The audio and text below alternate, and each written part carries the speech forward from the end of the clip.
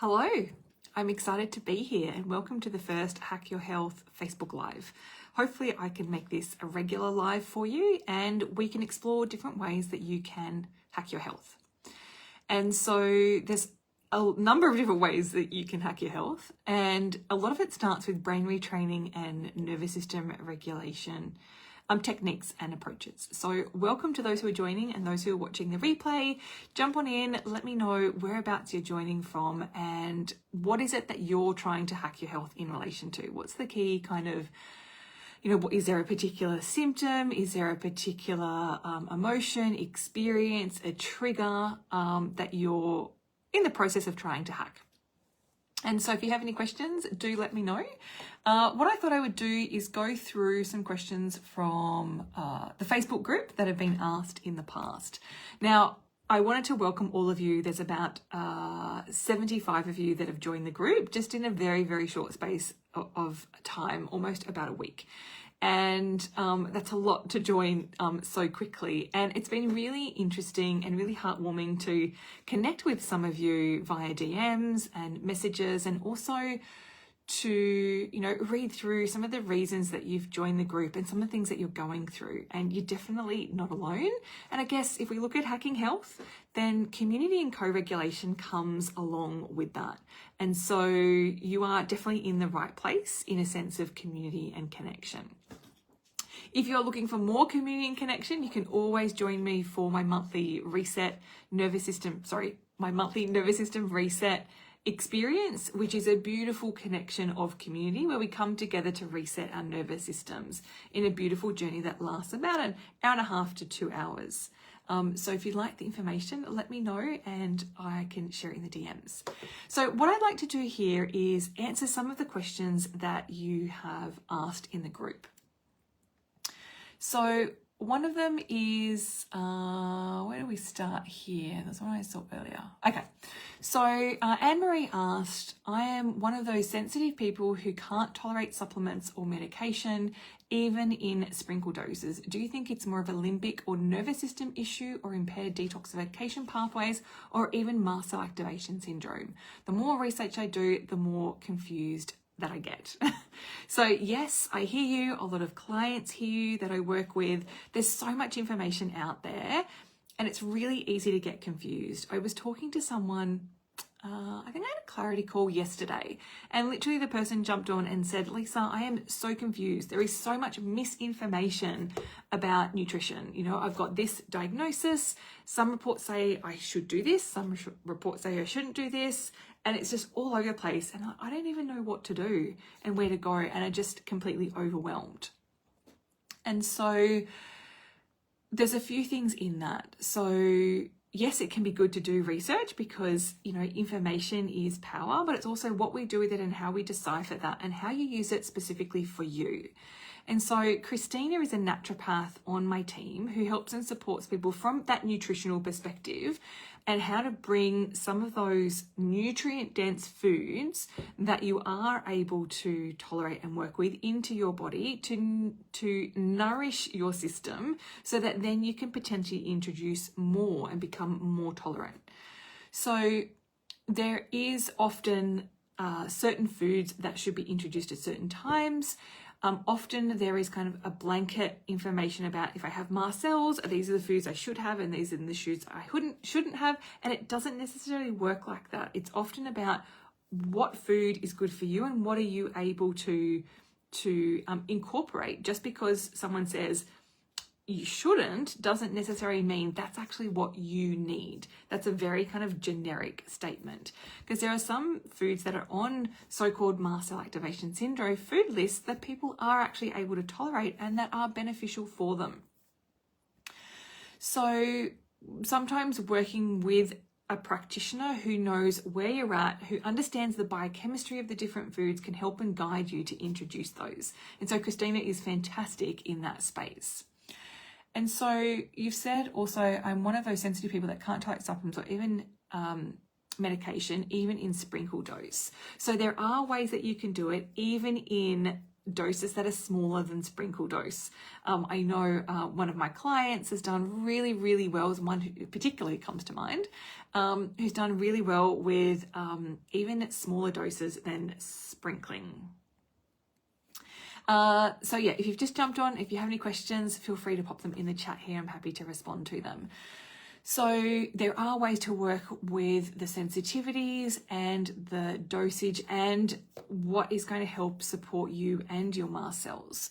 Now, the other question is, do I think it's more of a limbic nervous system issue or an impaired detoxification or even mast cells? And so, you know, without understanding more of what's happening for you, it's obviously very hard to answer and respond to that question. And obviously everything provided in here is not medical advice, it's information only.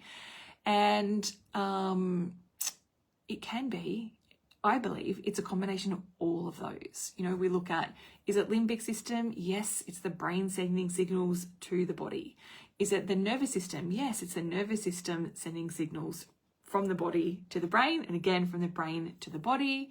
Is it impaired detoxification pathways? Yes, often it is. And the limbic system and the nervous system can impact the detoxification pathways.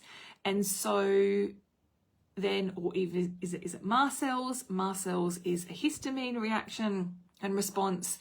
They are all interlinked.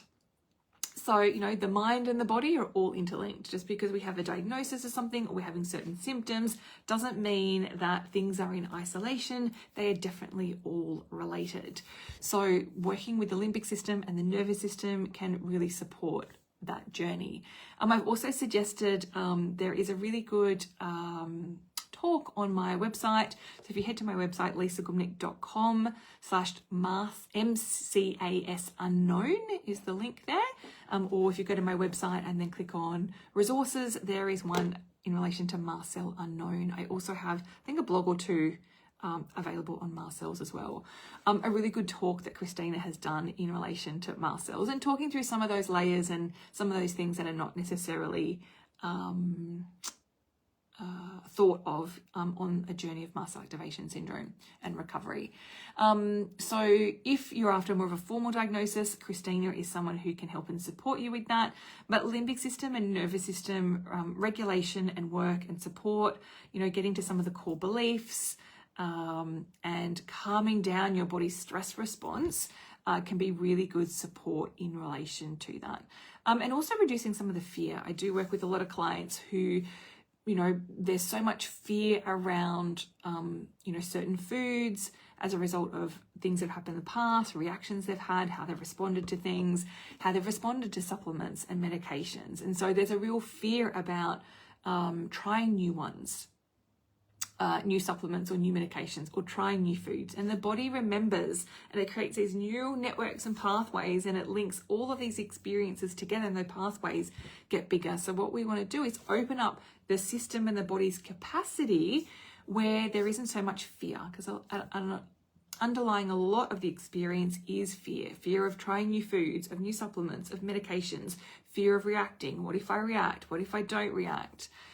So there's a lot of hypervigilance, a lot of what we call brain loops or brain patterns that can keep the system stuck.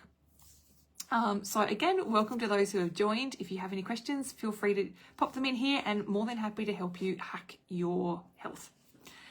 So let me know if you have any questions in relation to that one, Anne-Marie. I know that Nick asks a question here, which is it normal to feel like you have to completely uproot your life when you're in nervous system dysregulation? It seems like every little thing stresses me out to the point where I just need to push the big red button on everything in my environment. And so I asked about what is the red button? And so the red button is a metaphor for kind of like just uprooting, completely starting over with environment, relationships and everything. I constantly feel like I need to run away from situations as if I'm trapped.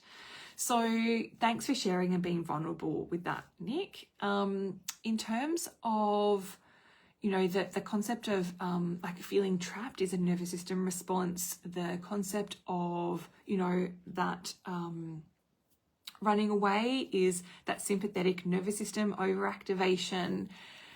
And what happens is when we become dysregulated, our nervous system becomes dysregulated, all there's symptoms and there's overwhelm and there's a lot of symptoms that are happening, then often, the nervous system response says, hey, this is overwhelming, this feels too much. So I remember for me, I just wanted to go on holidays. I'm like, I just want to go on holidays. I just want to leave.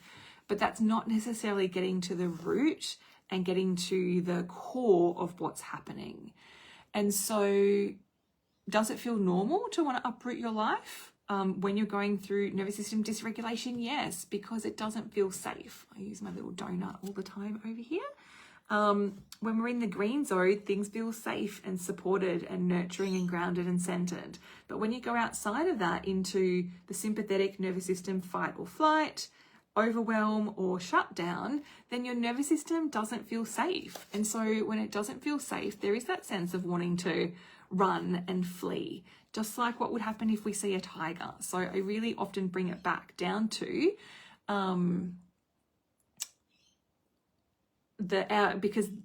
it's our survival response and survival mechanism that's kicking in.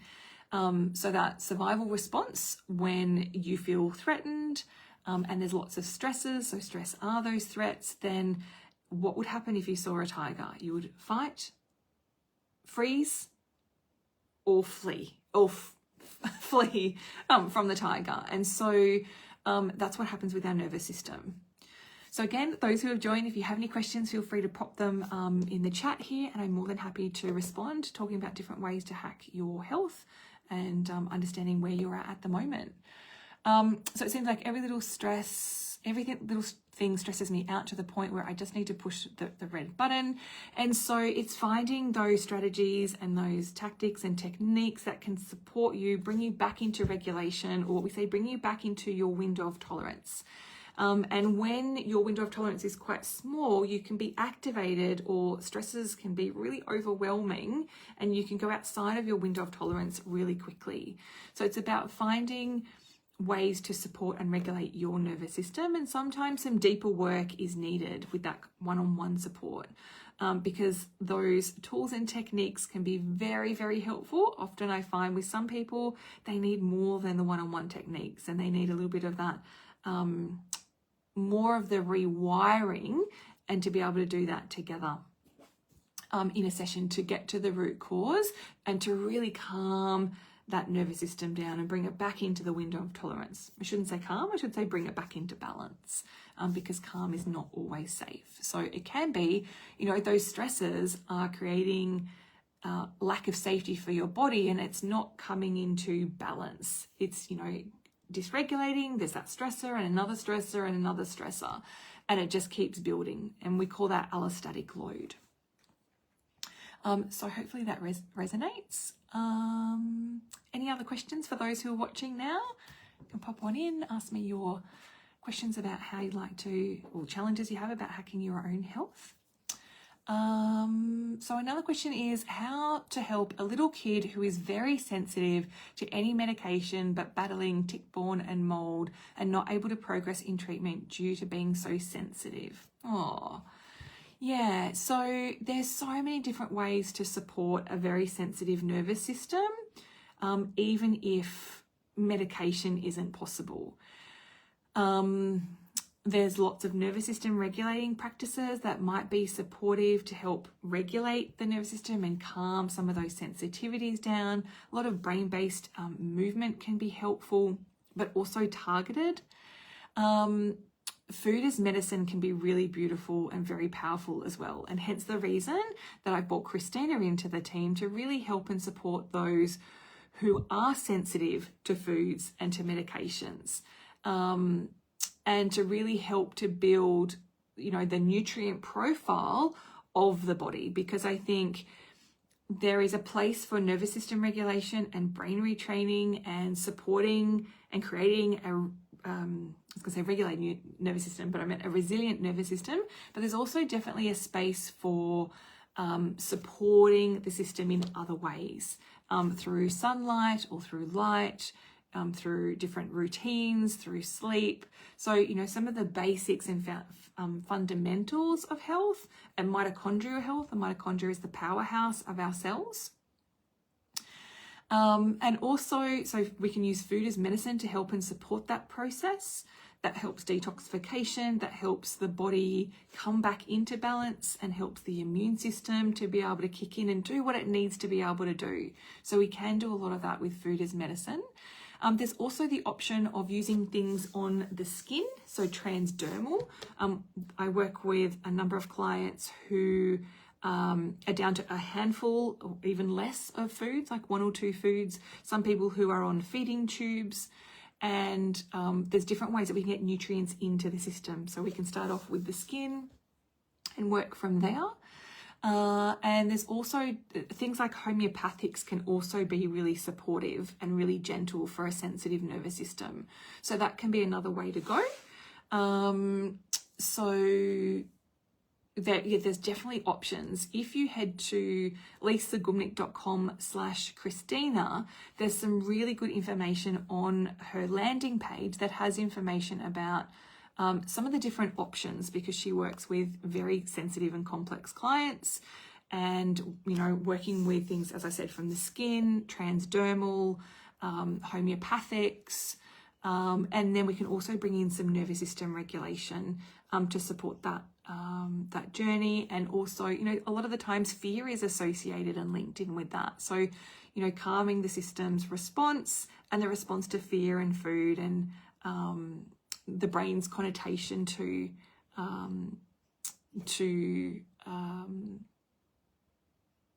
an activation to various substances and inputs from the nervous system. And there's other avenues that we can definitely explore as well. So things like electrical sensitivity or electrical stimulation can be impacting the cells. So there's different ways that we can support that. So hopefully that helps. Anyone who's jumped on here have any questions? Happy to respond to those. I don't see any currently coming through, but I might also check on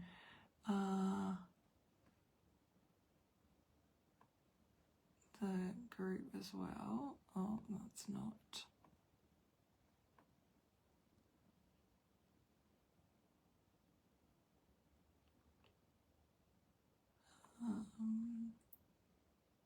Cool. Okay, so just checking there aren't any questions in there. And then I just need to go back to the questions from the post.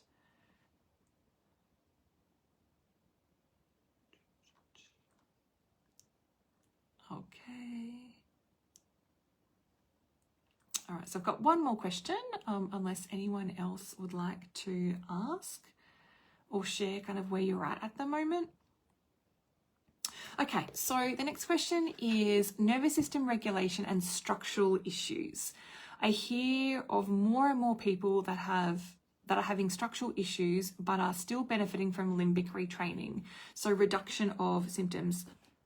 Hi, Anne-Marie, just joining. Great to have you here. So I'm not sure when you've joined, but I went through your question. I think yours was the first question that I went through and discussed today. So you might want to go back and watch the replay and let me know how that lands for you and if you have any questions.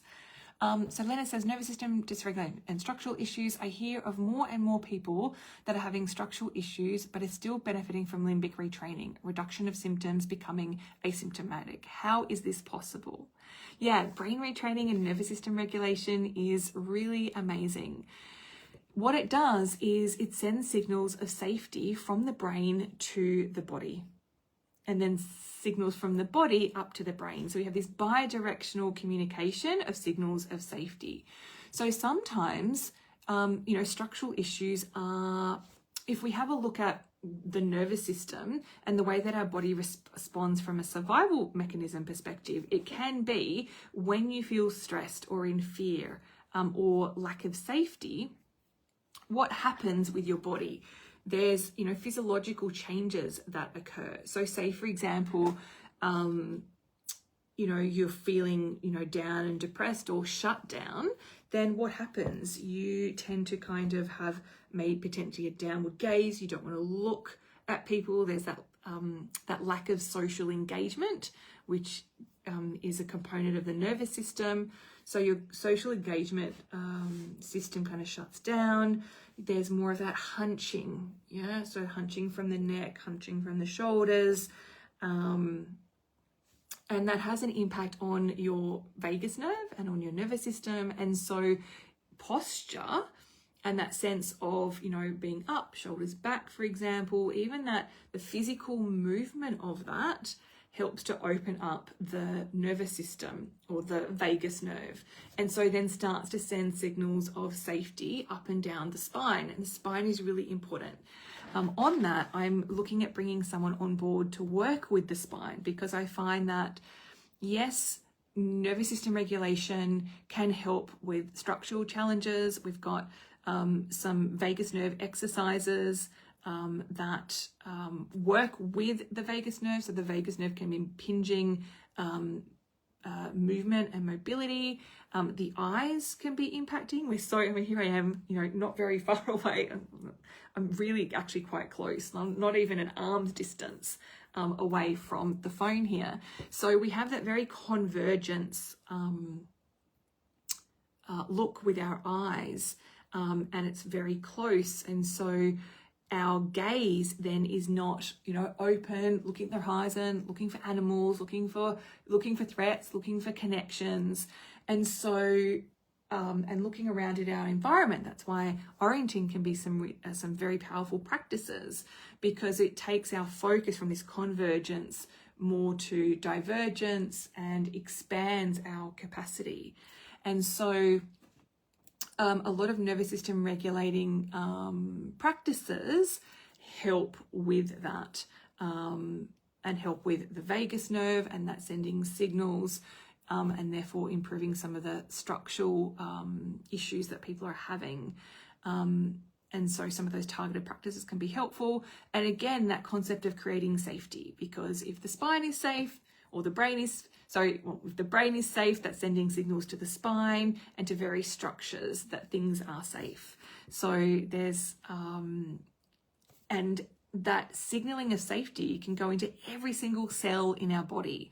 So if you have messaging that I don't feel safe, or I'm never going to get better, or how do I get out of this? And your brain is going in LMPs, loops and repeated patterns, then it's going to continue in those patterns. But if you change those patterns with brain retraining and nervous system regulation through, you know, neuroplasticity is the brain's ability to rewire and change itself, then it's sending different signals to your system. So we have a pattern and a pathway, a loop and a pathway that we follow. The brain's used to that. And then we change that pattern and pathway, it creates new signaling. So hence some of those changes and how that can be possible. I very much like combining some brain retraining and nervous system regulation with brain-based movement, because movement is fuel for the brain, and there's lots of sensory information that goes up to the brain, creating neuroplasticity and neural pathways when we move, and we move in particular ways. So hopefully that answers that question. And so I know there's a few of you on here. So if you have any questions, pop them in, because at the moment I've got one more question or some information here from Catherine, who has joined us today. So, and Anne-Marie, if you have any other questions in relation to your question or other questions, feel free to ask. Welcome, Maria. If you have any questions, jump on in. There's a few of you here now. So hopefully you're finding this useful. Catherine, noticing and being curious about what my body is telling me feels like what's keeping me stuck. Sorry, let me just process that again. Noticing and being curious about what my body is telling me feels like what's keeping me stuck. I try to gently approach this from a non-judgmental, non-fixing place, but it always leads me to deep rumination and overthinking and overanalyzing what might be beneath. I start to question everything in my life, my marriage, my friendships, my childhood, almost like digging, looking for trouble. For me, curiosity equals overthinking and overanalyzing, and then worse anxiety and symptoms. Yeah. Yeah. Thanks for sharing. Yeah, thanks for sharing your experience. And every experience is valid. And I always look at things from the approach of what happened to you. So there's a book by, I put it somewhere. It's not there. And I always refer to it, I always look for it, but it's often not there. It's a book by Bruce Perry and Oprah Winfrey called What Happened to You. So it talks a lot about the nervous system. It talks about trauma. And it has a bit of a good foundation. I like that as a bit of a baseline. And so I look at things of the reason that you're having, and the reason everyone's having their experiences or their symptoms or, you know, the brain loops and patterns, there's always a reason for it. There's always a reason for it. Often we don't consciously know what it is, and we're not able to work out consciously what it is. Sometimes we actually don't need to know consciously what it is all the time. But a lot of it is like trying to work it out. And so from what I'm hearing here is, and I love the, you know, the approach that you're taking in terms of going into it with curiosity and compassion. Like that is key and critical, curiosity and compassion. And from a non-judgmental place. Now, when you respond in a particular way, so it could be a loop or a pattern. So the brain is used to going down a neural pathway, and it's even though you're trying, it's taking you down another path. Now, I do a lot of work with IFS, so internal family systems or parts work, and I feel that a lot of things do come back to parts and those parts of us. So, you know, there can be a part of you that then, as you said, a part of you that goes to that rumination. And the reason that the part presents itself is often, again, a lack of safety, or it's protecting something. So things are always happening for a reason. There's often a protective mechanism, a protective reason why this part has occurred and is occurring. And so it's an invitation to, you could do some practices around that part. It may also, you know, if you're having trouble and there's an element of real stuckness around that, it might be an invitation to work with someone to see if you can get to the root of that cause. Because sometimes there are parts of us that we can see or observe an element of that, but it's really hard to get to the root of that and support it and know what that is. So sometimes that practitioner-led journey can help to understand that with a little bit more depth. And it sounds like, you know, you're doing a really good job in terms of, and you're implementing a lot of those, you know, approaches of non-judgmental, non-fixing, but there's definitely going to be something there trying to keep you safe going down those pathways. So let me know how that resonates for you.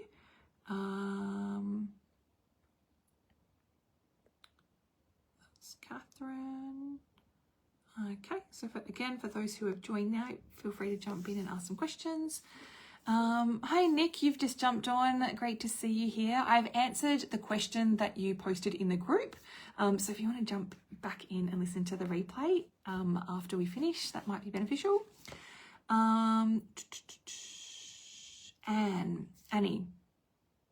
Amy, I couldn't say my eyes. So Amy, curious about your take on mold. I have been in brain retraining type places. Curious about your take on mold. I have been in brain retraining type places for a while, but now knowing we are living in high levels of toxigenic molds, having a hard time doing brain retraining to signal safety when technically not in a safe place. Yeah, okay. That's a really big one and really challenging. And so, you know, there's lots of information or lots of different discussions and sometimes competing, you know, viewpoints on mold. And, you know, I think it's a tough one, you know, it's a challenging one. I've lived in a moldy environment myself, and, yeah, it can be quite a journey. And so, I think there's always a number of different layers and things to consider in that. I'm definitely not a mold expert. I obviously help more with that, with the brain retraining, the nervous system regulation, than from a technical perspective in terms of mold and remediation. But people have all sorts of relationships with mold, and their brain has different relationships with mold. So sometimes it is a limbic and a nervous system perspective, where the brain is sending those signals and that things are not safe. And sometimes when we do know that mold is not safe and it's not safe to breathe it in, etc. So I do like to be able to support the system from a number of different perspectives. As I said, Christina is on my team, and she helps from that nutrient perspective, helps with some of the opening up some of those detoxification pathways to help and support the system, but also thinking it from the perspective of safety. If you are in a state where you do not feel safe and you're not able to create that safety, that in itself is sending those signals from the brain to the body. So if we're talking about, hacking your health, then if you have constantly those signals of, I don't feel safe in my environment isn't safe, it's not physically safe, this mold is here, and you're not able to work through that with brain retraining, the system is in that fight, flight, or freeze state.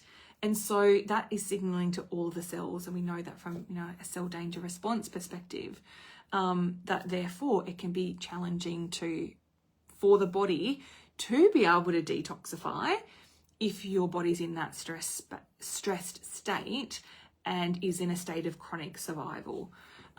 So it can be, working on that to the best of your ability, supporting some of those detoxification pathways. And again, it can be working with somebody. I tend to work with people who have done a lot of brain retraining approaches and techniques. I've got, some people have done 4 programs and have not had the results, and or have not had the results that they've wanted, and there's some gaps in there, which I can often see from a nervous system and from a brain perspective, because I do things a little bit differently to kind of be able to identify some of those blockages, and also provide some approaches for being able to, down regulate or create more of that safety. And so I use a lot of practitioner-led approaches on that journey. So it's not just it's a combination of, tools and techniques and practices that you can use that are really helpful.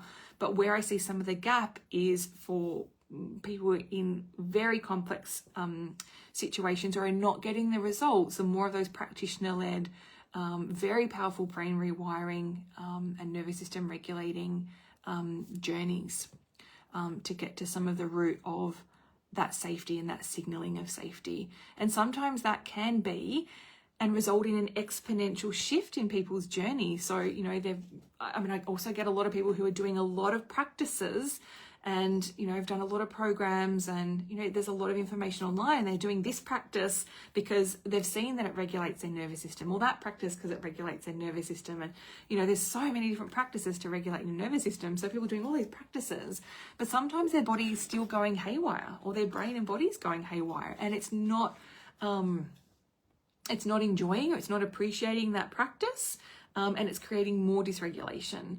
And so sometimes it's a balance between moving through your nervous system state, so there can be more activation, but also, knowing that in part, sometimes it is moving through those states and there's more activation, but in other times it's too much for the nervous system. So I get a lot of people who are, doing things and they're just not the right practices. It's not the right time. It's too much, too fast for their system. But sometimes it's, these things are available. So it's people are trying those, which is great, but not having the responses. So, we really look at what are the things that the nervous system is okay with and working with that. And so that's a real gentle process of titration and pendulation. So kind of building up really softly and slowly at a pace that the nervous system can tolerate. And pendulation is moving forwards and backwards. But that doesn't actually mean that you're not going forwards. This process is about building resilience and strength and capacity for a balanced nervous system. Like going to the gym. I always talk about going to the gym. You don't go to the gym and go, oh, I haven't been before, or I haven't been in like 6 months or 12 months. So, and I'm going to lift 100 kilos. Like your body is not going to be able to tolerate that. Same with nervous system regulating practices and brain retraining. Sometimes we have to move up with things incrementally. And it's working out what is that tolerance of that incremental improvement for what you and your system needs. I've had people who cannot do practices and haven't been able to touch parts of their body, and their system gets really activated. So we have to create a lot of safety for the nervous system in different ways. So hopefully that resonates, Anne-Marie. Let me know if you have any questions there. And again, for those who are here, if you have any questions, let me know. We'll be on for a few extra minutes.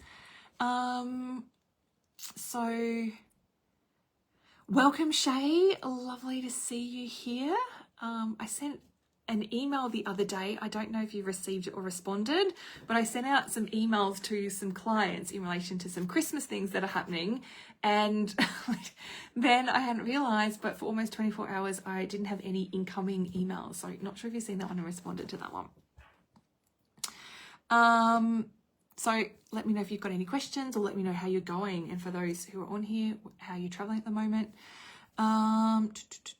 So Maria says anxiety, panic, crying spells all sound like nervous system issues.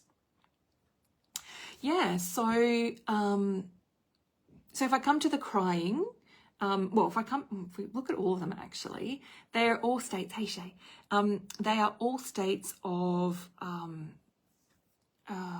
human experience. Anxiety is a human experience, panic is a human experience, and crying is a human experience. And so a level of those is, an experience of those is okay. It depends on how we experience those. The level, the intensity, the extent, the length of time. I think I've got a number of those elements on there. Bear with me 1 second. Yeah.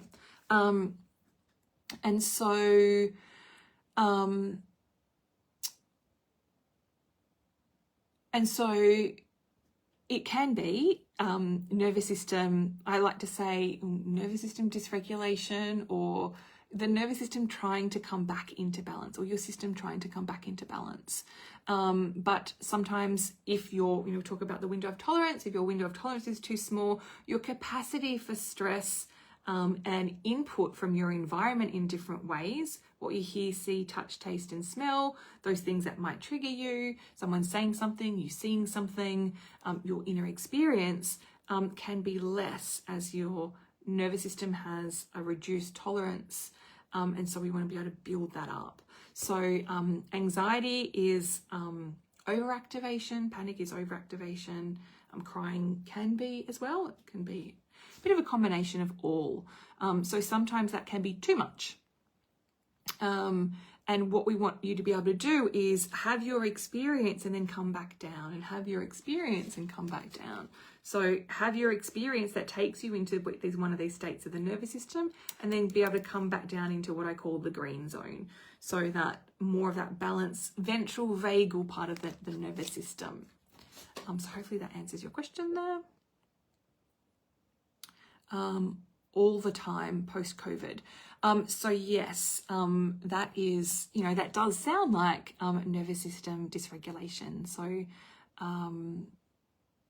the things like, viruses and flus and whatnot can impact our nervous system and our body's tolerance to things, physical, mental, emotional, spiritual, and also impacts the vagus nerve.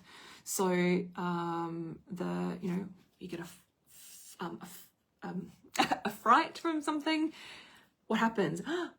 There's that maybe pause of breathing, and it affects your breathing rate, and that from that point forward, that could affect your rate of breathing. Or if you're in a state of chronic stress, breathing more shallow. So that's an example of kind of physically what can happen with the vagus nerve, and so we can support that with different approaches. But yeah, we definitely don't want to be in a state and having our experience of anxiety, panic, and crying quite regularly or constantly, because it is generally a sign of that dysregulation. And our ability not to be able to handle different things, including thoughts, including those emotions and those sensations, and can be those body sensations. So just checking in to see if there is any other questions while we're here. Any last questions?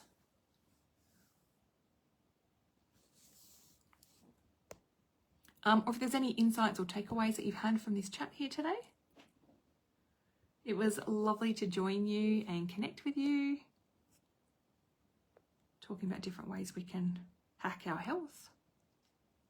And if you have any other questions, I'll be doing this regularly, so you are more than welcome to put them into the group and I can respond to them during our next live, which is often ad hoc. Great. So, one last chance. Any hands up for questions?